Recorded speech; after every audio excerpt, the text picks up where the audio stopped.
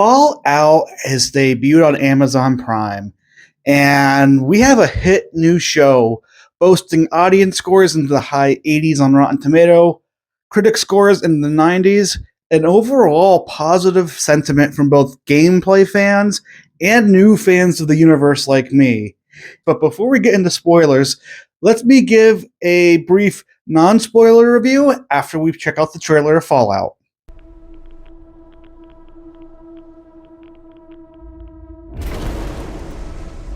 The mission of the vaults should be important to everyone.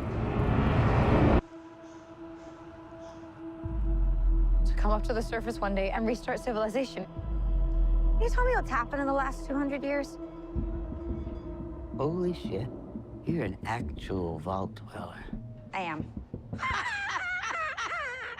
I thought all you dipshits were dead. So, Fallout taking us into the future in a parallel world that we have. Instead of a world of technology being brought on like we have today, the world in Fallout got stuck kind of in the 1950s aesthetic, using atomic power and everything like that to have, its own race for technology and more. And eventually things go wrong and we end up 200 years in the future in a post-apocalyptic world when nukes and everything ended up getting dropped across the world. And Fallout, in a non-spoiler way, is a great action drama comedy. I feel it has it all. There's a mystery around what's going on and the story behind why everybody's either in vaults or dealing with this very big, large nuclear wasteland, and it delivers on that mystery throughout, and the characters and the actors throughout give great performances. Ella Purnell as Lucy McLean, and Walter Goggins as Cooper Howard in The Ghoul are the two standouts for me. And if you like sci-fi, if you like kind of your more dramatic comedy type shows, I recommend Fallout in the fullest. It is 8 episodes. I think it's a really good time, and I think it delivers all the way through a pretty solid and coherent story, and really makes me excited for season 2. But without that, we're cutting it off. That is my non-spoiler thoughts. Let's get into spoiler thoughts for Fallout, because this show opens up with just a great cold open. We see Goggins and Cooper Howard after his fame that we go through most of the season, with his daughter at a birthday party where he's basically playing like a rodeo clown per se. And at this party, you see the bombs start dropping, and you get the visuals of those bombs hitting Los Angeles. And Nolan and team just delivered a great cold open to make you understand what happened to this world. There's no question of why is it apocalyptic in certain ways. That the bombs dropped like that. Now, why the bombs dropped is definitely a mystery that comes out throughout the season. And the fact that you find out that these bombs dropped mainly because these corporations like Vaultco were, wanting to market the end of the world and use it as a corporate capitalism type event where they could profit from it, was just very, very sound writing and a very good twist that I think you kind of see coming a bit.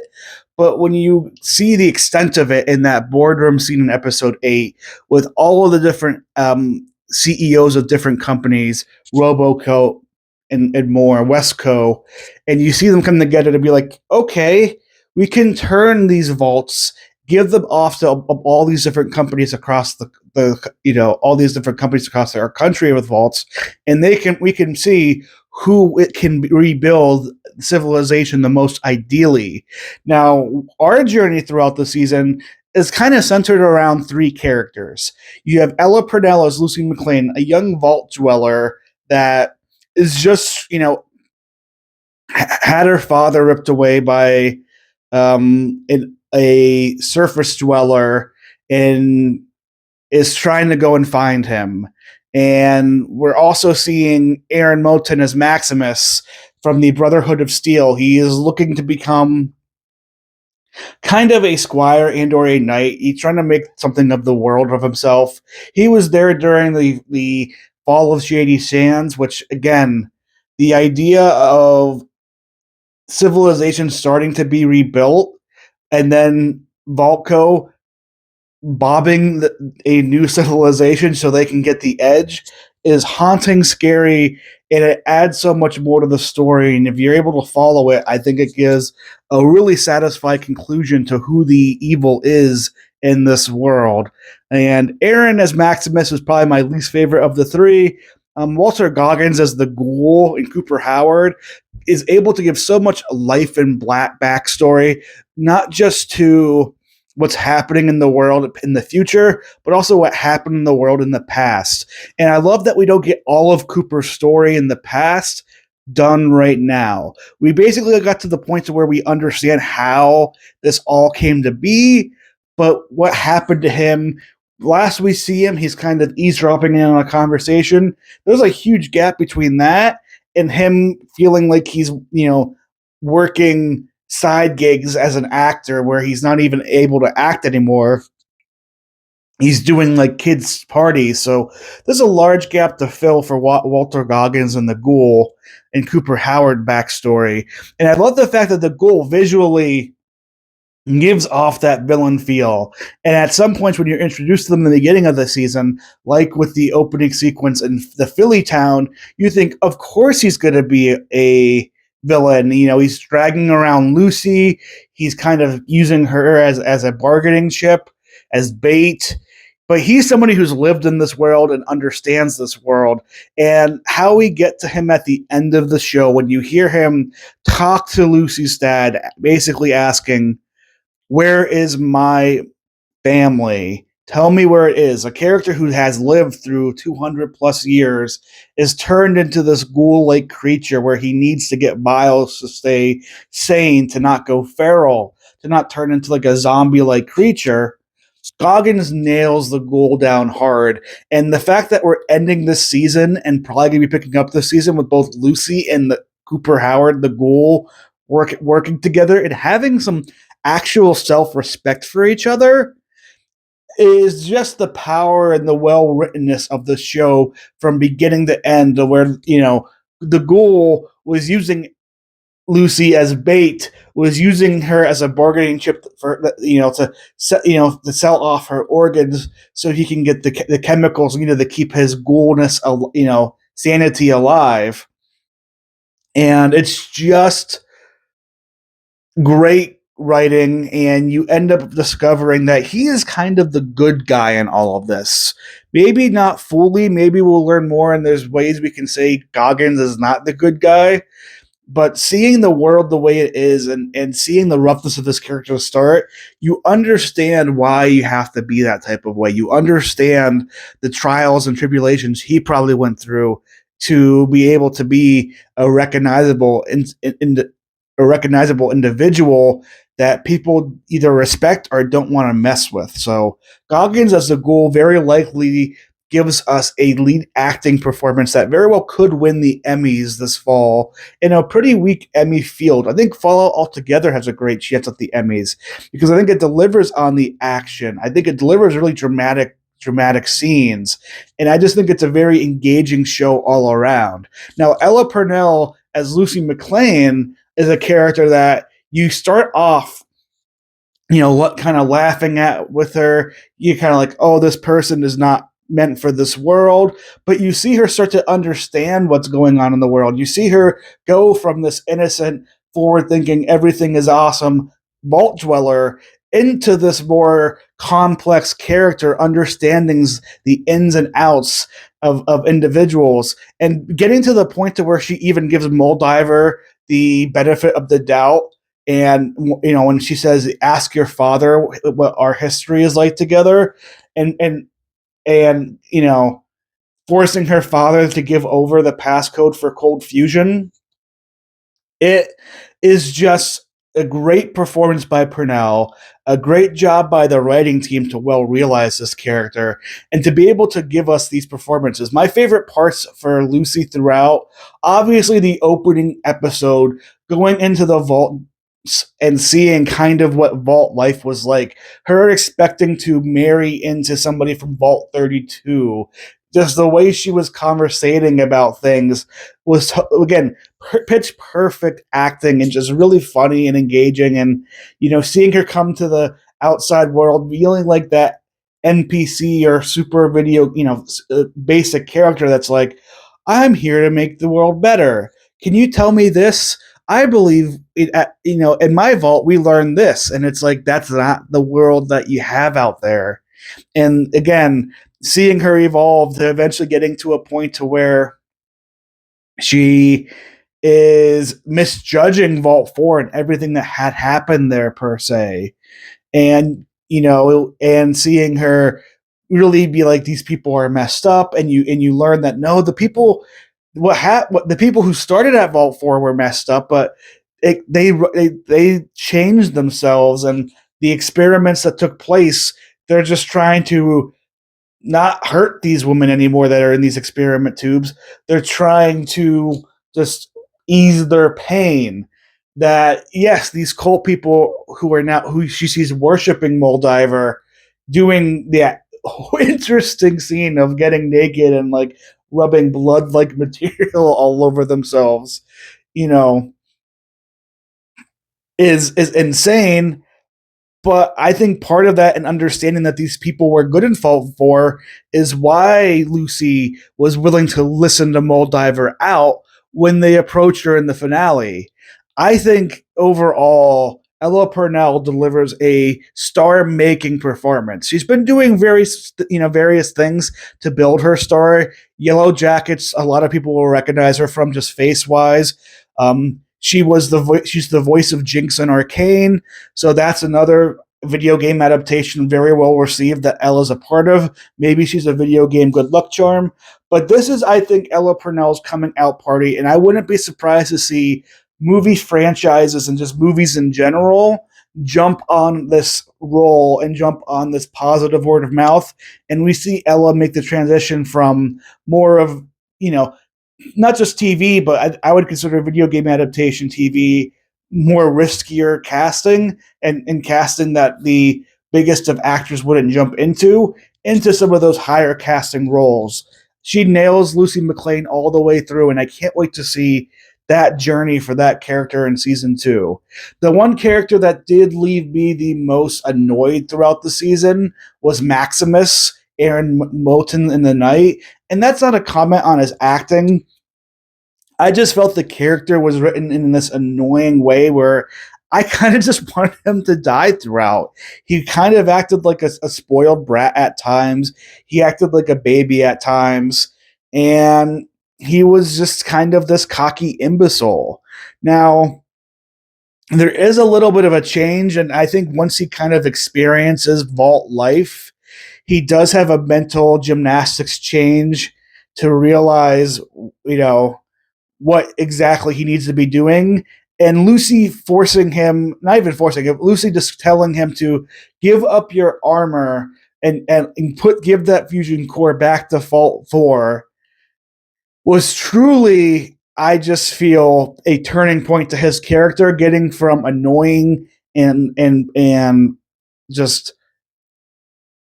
complaining type character, bitchy type character, into somebody who is growing more into a stoic hero type character, understanding the point of the world and understanding that he can do better in this world. And that's when Maximus becomes a little, I think, more bearable to me. But I still love the way his character ends this season. He goes back and is able to leave the Brotherhood of Steel to the base and location of Moldiver, and was able to get solo credit for not just killing Moldiver, but able to have cold fusion technology in the hands of the Brotherhood of Steel. I don't know how he's going to feel about Lucy kind of abandoning him again in the end. I don't know how he's going to feel about this rush of power that will come into him as being this big victor for the Brotherhood of Steel. He's going to, he's now going to be called, a knight. He is going to be easily one of the, if not their most respected individuals in this group. and seeing how Maximus's character has shifted throughout this whole entire season, moral wise, in terms of what he wants to be, what he does, and stuff. I can't wait to see next season where his character ends up and how he ends up acting and or feeling. I have a sneaky suspicion maybe Maximus may turn into more of a villain character per se, but he also has a chance to turn into a very brave, stoic hero character. His book is very open. Hank McClane, who plays Lucy's father, is kind of in the first episode and the second episode, and I think he's able to deliver that charming goodwill leader energy as well as the I'm a part of the super villain in Voltco at the end of the season, and seeing his character and what may be the biggest, what I understood, spoiler and exciting moment for a lot of fans of Fallout the game, that shot of Hank going towards New Vegas, a settlement just around the Vegas area that is based off of Fallout New Vegas, has me excited. I've looked into that and knowing kind of the story of New Vegas, the whole entire world of New Vegas being Fallout's most popular game. And it really sets the stage of us leaving just the basic world of LA in that area. And maybe with Lucy and others, we're going to be traveling into different parts of the country and telling the story and seeing where these leaders are now and what they've done. And that being able to see a more different settlement. We saw Philly. We never saw Shady Springs ourselves, or Shady Sands. I forget what the exact name was called, but we will be able to see what this settlement area is like in New Vegas, and just in general, that whole entire ending. Some people call it a cliffhanger. Some people wanting more. I think this season gave exactly what it did. You transform Lucy's character to where she can survive and thrive in this world. We understood the Ghoul characters and why what his journey is and why he's holding on to life for so long. We understood that not just that these type of bombs happened, but why they happened, who were kind of the controlling factors of this happening. We learn the motivations and get kind of solid answers for all of our characters. And even we have questions like Norm McClellan, played by Moises Arias, Lucy's brother, and his whole story of Vault and figuring out who is in Vault 31, what is going on here, why is every overseer leader coming from Vault 31? That's weird. Even to the point where they have this little saying where when times are a dwell, vote for Vault 31. Something like that. And him discovering that all of these Vaultco employees are being cryo frozen there. So when it's their turn to lead and grow the vault itself, just haunting, and him being given the option of starving to death or going to be in a cryos chamber. I can't wait to see who finds Norm, if anybody finds Norm, and where exactly this goes. This was a whirlwind of a season in all different types of ways, and I think Fallout for me is the front runner for the Emmys come this fall. You have things like Gen V, True Detective Night Country, but I think Fallout delivers visually, it delivers with its acting, its comedy, it delivers with its writing and overall story. It's 8 episodes long, and episodes go anywhere between 45 to 74 minutes, but this show delivers. And as somebody who never played the games myself, who didn't really know anything more besides that people were excited and the trailers got me excited, this came out as a hit. I think it would have done better if it was week to week, because I think it's less daunting for people to sometimes be able to watch an episode once a week and get into the conversation. I have family members that won't be watching this potentially until 2 weeks. And I'll be honest, when it comes to shows and things like that, if it goes 2 weeks, it might turn into 2 months. It might turn into never. Whereas I think if this was a 1 or 2 episode drop to begin with and then a weekly release, it's less daunting and people may feel the easy way of scheduling themselves like, okay, it's Wednesday night, we can watch Survivor and we can watch Fallout, or Thursday night we can watch Fallout, things like that. I enjoyed the binge. I think the show works as a binge as well too, but it is just, I think, I'm interested to see what the actual viewing numbers are because I think this is the hit show of 2024 so far. Did you watch Fallout and enjoy it? What are your thoughts overall? Leave that in a comment down below. As far as my grade for Fallout, I'm going to give this a diamond. This is exactly what I'm looking for with a lot of TV shows: complex characters, complex settings, emotion, both funny, sad, and more. I think this was a near perfectly delivered TV show, and from what I can understand from individuals, a really good adaptation of a story, video game, book, or any type of way. Fallout delivers, and Jonathan Nolan kind of picks up where Christopher Nolan leads off. And in some ways, you can look at the ending of Oppenheimer and then the beginning of Fallout, and you might think it's the same movie. Food for thought. Everyone wants to save the world. They just agree on how.